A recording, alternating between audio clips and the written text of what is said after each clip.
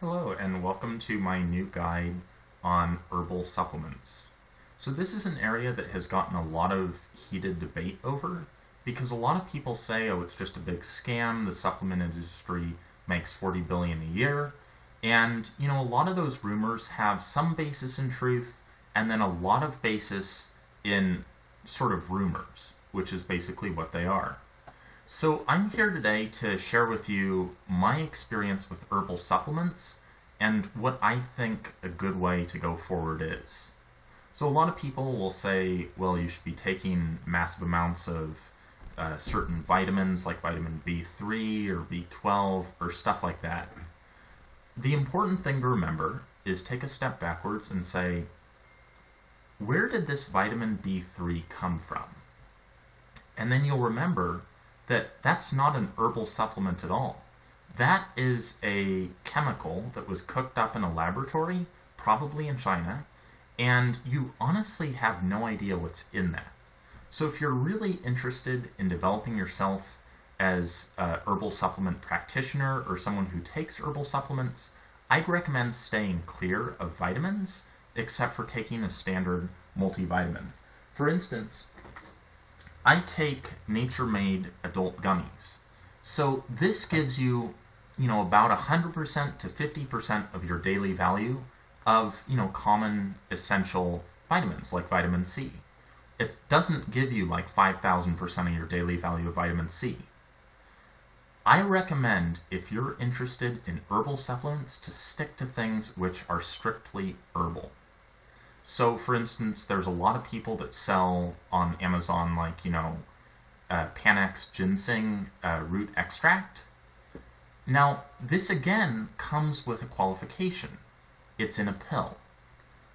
There's also people that sell Panax ginseng root in a bag on Amazon.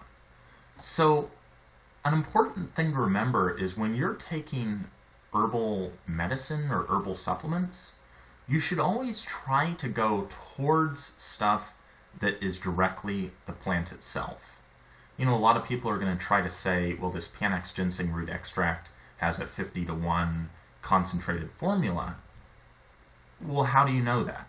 Who's done the research? The FDA largely does not regulate supplements. In fact, they barely do at all, unless there's some toxic substance in it, and then they tell them to stop making it. So when these companies say, oh, this has a 100-to-1 extract of Panax ginseng root extract, what you're doing is you're trusting that what they're saying is correct.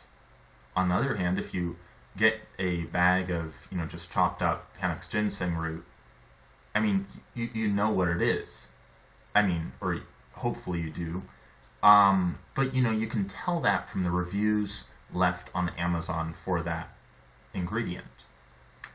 Another thing I'd like to discuss here is the claims that are made about the value of supplements. In traditional Chinese medicine, supplementation is it's probably like 10% or 20% of the overall traditional Chinese medicine. This is just an example. I know there's a lot of different supplement variations, such as Ayurvedic medicine from India, and there's a lot of other things like Native American medicine from the continental, Americas. But when you're considering supplementation, you shouldn't say, oh, I practice traditional Chinese medicine. Because unless you get into like acupuncture, the philosophy of living in a certain way, and taking those herbs under the guidance of a herbal, doctor or practitioner, you're not doing traditional Chinese medicine. You're just taking an Americanized version of traditional Chinese medicine. So what I always recommend is try to find things which are as close to the herb itself as you can. For instance, if you want to take a turmeric supplement, try to find a place that sells fresh turmeric roots. For instance, I work at a store that sells fresh turmeric roots. You can find these kind of things at more specialty stores, especially like, steer clear of vitamin stores. But what you want to go to is more sort of local grocery or sort of fresh herbs stores. There's generally a bunch of these in various places. Whole Foods is sort of a general category that I would place these stores under, in that you want to look for stores which promote sort of healthy sort of living and nutritional philosophies. You want to steer clear of places like Safeway or other stores like Vons. I mean, like, those are both the same thing, but that promote the same sort of just kind of mass-produced quantity items. And again, this is just my own take on the whole herbal supplements issue. You know, there's a lot of supplements that you can take, which, I mean, would be good for you, but you want to just pay attention to the claims that supplement manufacturers are making. If they say this is going to be fantastic for curing all sorts of cancer and stuff, and then, I mean, that's stupid. But you can take supplements that are actual food itself, such as, for instance, there was this study done recently. It was by some university in, like, I think it was Saudi Arabia, but basically it said that the stuff inside of a fig, that's that, you know, the little fruit, the fig fruit, it actually has a powerful anti-cancer chemical in it. Now, if you take, like, Cancer Be Gone herbal supplements, you're not, I mean, you're going to get two very different things.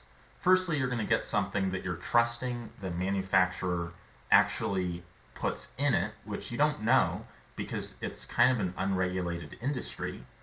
But if you take the fig fruit itself, you know what's in it. And, you know, again, this is sort of like a general philosophical overview of how I would recommend you take herbal supplements.